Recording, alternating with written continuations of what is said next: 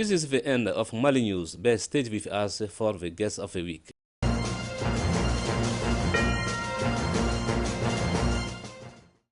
It is a pleasure for me to welcome in the studio of ORTEM 1 a training and development specialist. We are going to talk about youth migration. Before all, could you introduce yourself to the viewer of ORTEM? Thank you, Bakari. Thank you very much for having me. It's a pleasure for me to be here today to take part into your broadcasting. My name is Lassana Konate. I'm the Training and Development Specialist, and currently I am the Professional Development Superintendent at Sayama Gold Mine. But before that, I used to occupy similar positions in different mines such as Morila Mine and Yatela Sajola Mines. But 10 years ago, I decided to move to America, to settle there in New York State. And then only in 2018, I came back to Mali to resume again my function as training specialist in Sayama Mine. Also, I have another leg into freelancing because I have my own private company, and then which is mainly focusing on delivery trainings and also services such as translation, interpretation. So I have one leg in business and then one leg into business company management in Sayama Gold Mine. Thank you very much for that. Thank you. My first question is, what are the main causes of migration of young people of Mali? Thank you for your question, Bakari. I think there are a lot of causes and the reason for that, but the main reason, like we all know, is because they want to go outside and look for a better life. But the causes are very, very profound.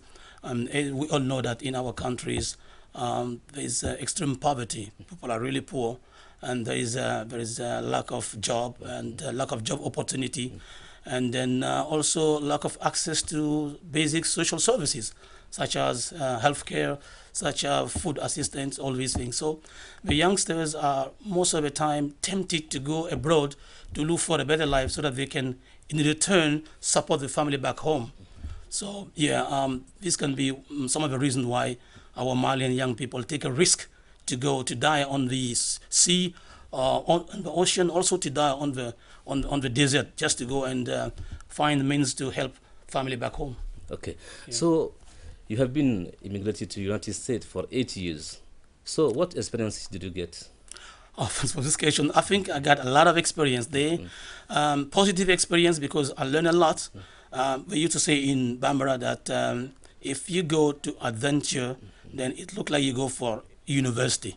It means I learned a lot there, but it's not only positive things when you go abroad. You can also experience bad things, such as I was in America, and sometimes you can face discrimination, racism, but it's part of the world. Yeah. But in general, I think I had a lot of good experience because I learned new skills. I could study there too. I also had experience to exchange, to work in a multicultural, multilinguistic environment. So yeah, it was very positive. Okay, good. So according to you, what can do the government to stop the moving of young people to another country? Harry, thanks again for this question. I think it's a very, very up-to-date question. The government need to play and has to play a big role in helping our young people to stay in this country. First of all is to create job opportunities.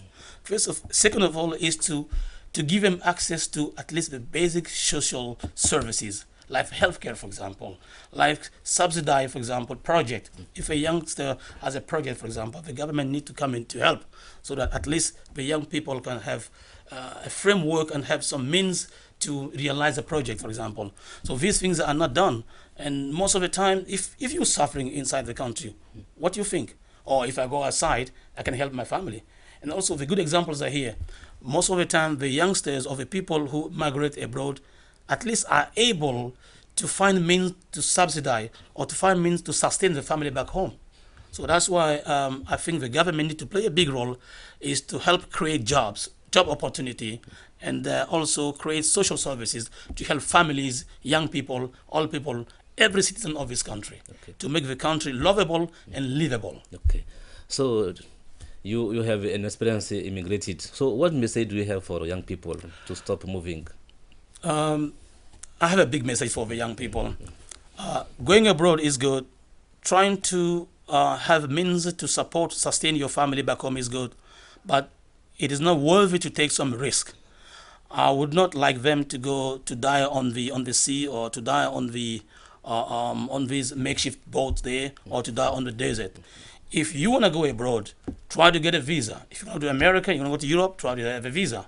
If you cannot have a visa, don't try those unfortunate way to go abroad. You may migrate to surrounding countries too. It's not a big deal. But if it is going to Europe and America, which means you have to use big means to go there, please be careful. Don't take a risk. And everything is not gold there. Like they say, all that glitters is not gold. Yeah. Everything is not like shining outside there. People suffer a lot. The money that your family members, your brothers are bringing back home here, they are, putting tremendous effort. Yeah. They are really sweating to get this money back. So it's not everybody who can go abroad and succeed. So please, if they can stay home here, try to struggle here with the government help, and then be successful here, is much more better than going abroad. Okay, so we are at the end of this debate, but before leaving, how do you appreciate the English program on Autumn 1? Mr. Jara, I think this is one of the best programs, because at least it gives opportunity for Malians who can speak English, who can understand English, not only to listen to your broadcasting, but also to learn English from that, also to experience, to share with everybody their language experience, like my case, for example. So I think this kind of broadcast is very good, and I encourage you, and I encourage all the Malians, especially the English-speaking people, to listen, and then even to contribute if they can. Okay. So thank you for coming. Thank you, sir. I hope next time we will debate another topic. Thank you. Sure. Thank you for having me, and it was a pleasure for me to be here, sir. Okay. Thank you very much. You're